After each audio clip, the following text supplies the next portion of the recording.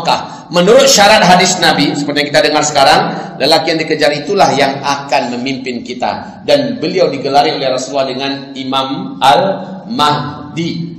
Rasulullah bersabda, nama aslinya sama dengan nama saya, dan nama ayahnya sama dengan nama ayah saya. Dia mirip dengan saya di segi akhlak, tapi tidak mirip dengan saya di segi rupa dan wajah.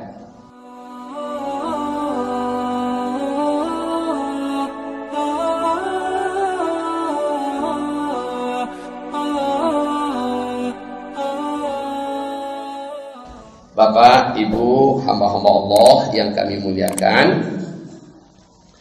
Jadi kita buat penyampaiannya tentang Imam Mahdi lah sebentar. Saya coba singkatkan aja. Imam Mahdi kapan munculnya? Lihat itu. Tanda besar kiamat yang pertama adalah dukhon. Setelah dukhon langsung sekali Imam Mahdi. Ustadz, Imam Mahdi ini siapa? Pemimpin besar umat Islam di akhir zaman, dari keturunan kandung Nabi besar Muhammad sallallahu alaihi wasallam. Munculnya nanti kata Rasulullah adalah ketahuan dia berada di Madinah, lalu dia dikejar, dia pun lari menuju Mekah. Yang mengejar ikut mengejar, lari sampai ke Mekah. Di tengah jalan, di perbatasan sebuah kota namanya Al-Baida, yang mengejar jumlahnya 300-an orang dari pasukan Sufyani berasal dari Damaskus, yang mengejar sampai di kota Al-Baida, perbatasan Madinah dengan Mekah ya. Kota itu gempa dan terbelah, lalu seluruh penduduknya, gedung-gedungnya, pasar-pasarnya yang mengejar tenggelam masuk ke dalam perut bumi kota Al-Baida. Tersisa cuma satu orang dari yang mengejar tadi. Yang satu orang inilah mengabarkan kepada manusia, kami tenggelam di Al-Baida.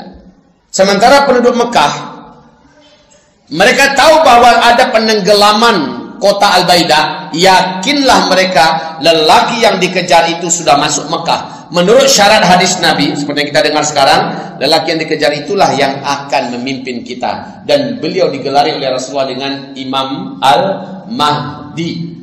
Rasulullah bersabda, nama aslinya sama dengan nama saya, dan nama ayahnya sama dengan nama ayah saya.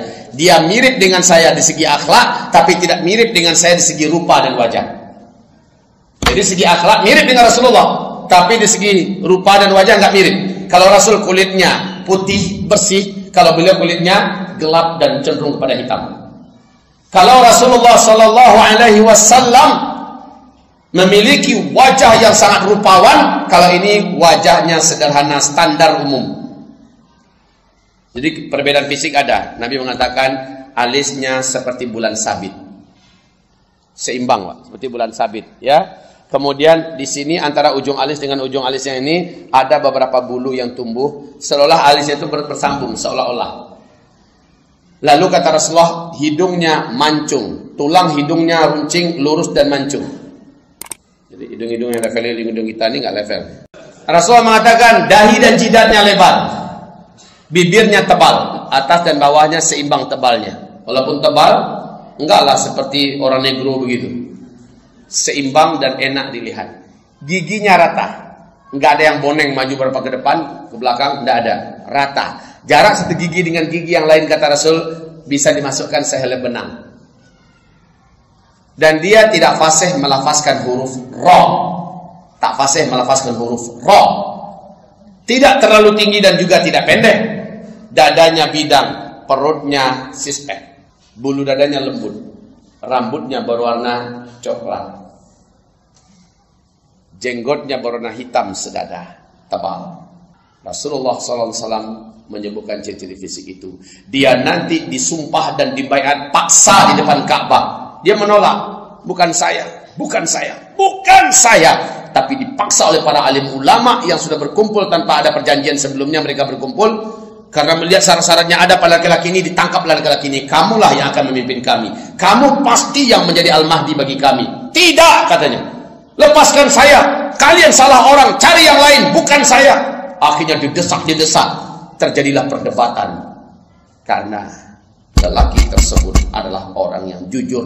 Ditanya nasabnya, memang nyambung kepada Hasan bin Ali bin Abi Thalib. Umurnya ditanya, pas usia 40 tahun. Usia 40 tahun. Ciri-ciri fisik yang diciptakan Nabi ada pada dia. Al-Baida sudah tenggelam, maka pasti kamu orangnya. Kamu datang dari mana? Dari Madinah. Nah, kan? Tidak berdutung dong. Dia datang dari Madinah. Bagaimana mau berdusta? Kata Rasulullah, akhlaknya sama dengan akhlak saya. Nabi itu tidak penduto dong. Yang ngaku-ngaku Imam Mahdi selama ini, itu tuyul tuh. Belum apa-apa udah nyebarkan nomor rekening. Yang mau dibaiat, mari sini. 1 kali baiat sekian. Imam Mahdi ya sebenarnya nggak mau ngaku-ngaku. Dan bahkan menolak ketika dipaksa untuk disumpah di baiat, tidak mau.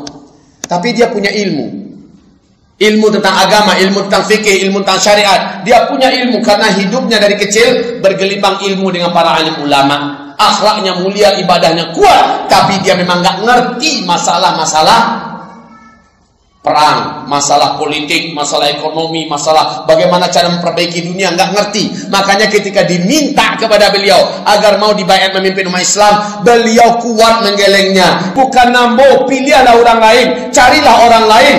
Maka para ulama mengatakan tidak semua syarat itu ada pada engkau. Tapi saya tak tahu apa-apa, saya nggak ngerti apa-apa. Pokoknya kami baiat. Allah yang akan membimbingmu, Allah yang akan menuntun kamu memimpin kami semua. Lalu terakhir kata-kata yang menakutkan bagi laki-laki yang soleh yang beriman ini, kata-kata para ulama itu dalam hadis sahih. Apa kata Nabi? Ulama ini berkata, jika seandainya engkau tidak mau kami baiat, engkau tidak mau memimpin kami, maka seluruh dosa orang-orang zalim di muka bumi ini yang mereka lakukan kepada Islam dan umat Islam, engkau yang tanggung. Kenapa saya? Kata Rasulullah, yang bisa menghentikan semua kezaliman mereka hanyalah engkau. Engkau menolak, engkau tidak mau, maka berarti engkau membiarkan mereka terus menzalimi Islam dan kaum muslimin. Serahkan tanganmu. Lelaki ini dan berkata, biarkan malam ini saya bermunajat kepada Allah. Saya mohon petunjuk dari Allah, apa yang harus saya lakukan. Maka lanjut kata Rasulullah, fa aslahahullahu fi lailatin. Dalam satu malam itu Allah perbaiki kemampuannya. Allah upgrade kemampuannya. Dari nggak ngerti jadi ngerti, nggak tahu tentang seluk-beluk perang, Allah pahamkan dia langsung. Nggak mengerti bagaimana menyelesaikan masalah-masalah yang berat, besar, masalah ekonomi, masalah militer, masalah kepemimpinan, masalah-masalah kebobrokan moral, bicara bencana alam, bagaimana mengatasinya, langsung oleh sang pemimpin itu tahu dia apa yang akan dilakukan. Itulah dia fa'aslahahullahu fi lailah. Dalam satu malam Allah perbaiki kemampuannya, di-upgrade oleh Allah sehingga dia memiliki kemampuan yang mumpuni untuk menghadapi suasana yang benar-benar hancur pada masa ini. Kaum muslimin yang kami muliakan.